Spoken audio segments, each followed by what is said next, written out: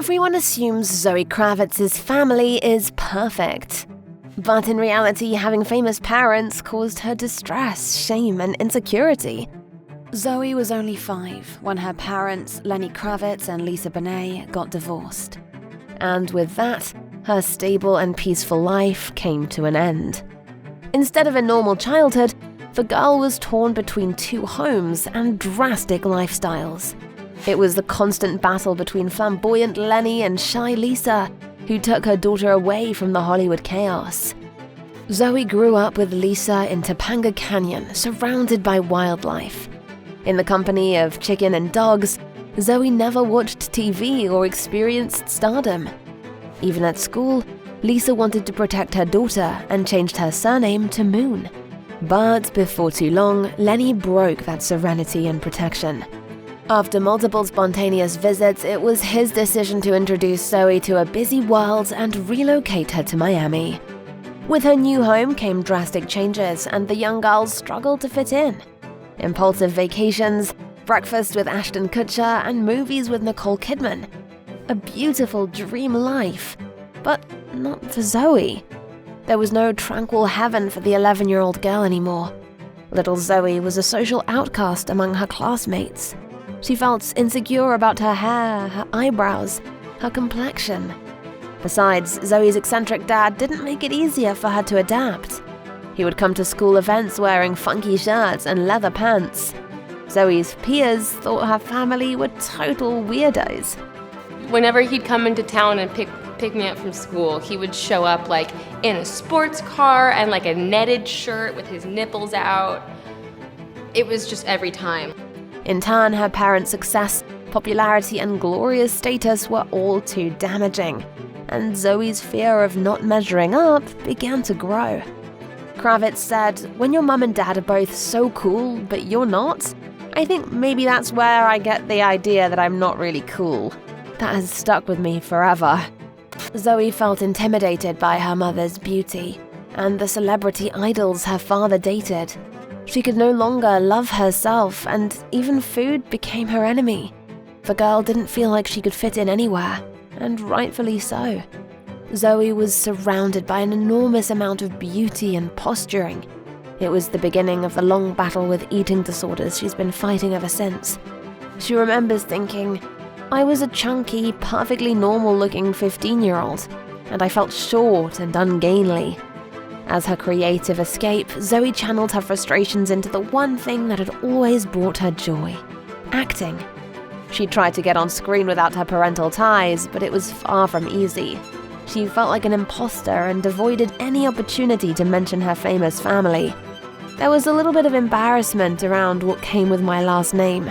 People would always assume that if I got a job, it was because of that. That was hard. Zoe is a copy of her mother, everybody said. But this never made her feel confident in her skin. It was around this time that a second dad appeared in Zoe's life, Jason Momoa. At that stage, he was no A-list celebrity and always unapologetically himself. I'm definitely a product of 2 very opposite worlds. I got beat up a lot, just for being slightly different. It was gnarly. Just like Zoe, Jason was torn between 2 different worlds, living with his mother in Iowa and spending summers with his dad in Hawaii. So he knew exactly how his stepdaughter felt. Momoa has always tried to connect with his children and empower them to be vulnerable. And it did the trick. Zoe instantly felt a kinship with her stepdad. The 2 of them got matching tattoos and even shared career advice with one another.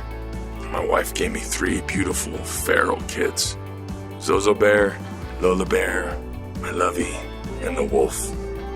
Their family was strong and beautiful, and Jason, Lisa, and Lenny became co-parenting goals. Momoa's infinite kindness earned him a status as Lenny's ride or die and a brother for life. Jason became Zoe's Papa Bear and rock of support. In turn, she was called his Ohana or Zozo Bear. Despite everything, Zoe's unconventional family eventually became the source of inspiration she needed. Little by little, she grew and made her first film appearance at 19. Zoe would also land roles in the iconic X-Men movies First Class and Divergent, but for some reason her success didn't instill any joy in her. Zoe didn't feel worthy or deserving enough to be in such high circles. She felt hopeless when, time after time, her roles weren't taken seriously in the industry. But Zoe overcame this tough stage with the support of Lenny, Lisa, and Jason. Lenny took his daughter to his birthplace, the Bahamas, to show Zoe where he came from. Lisa would share her own pieces of wisdom, and Jason hyped up his stepdaughter's craft. It was a family effort to keep each other's spirits lifted no matter what.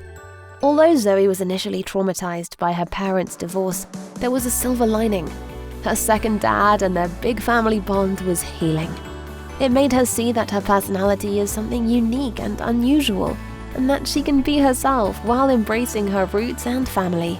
With that confidence, the actress made her breakthrough in HBO's Big Little Lies, followed by the lead role in High Fidelity, and a phenomenal appearance in The Batman. Despite her past scrutiny of her own body, Zoe is now powered by her family's support and no longer triggered by criticism. I was focused on being strong versus being thin. I was actually stronger and more healthy than I've been in a long time. But while Zoe was breaking into stardom, the strong family she used to lean on was falling apart. Again. It was heavy news for everyone when Lisa and Jason decided to separate. Yet that event in no way broke the bond between Papa Bear and his Zozo Bear. Jason remains Zoe's biggest fan and is there for her to celebrate victories. Recently, he attended the Batman premiere with his 2 younger kids. What's more, Jason's already made friends with Zoe's boyfriend, Channing Tatum. And Momoa proved that he will always be Zoe's bonus dad. It goes to show, family runs deeper than blood.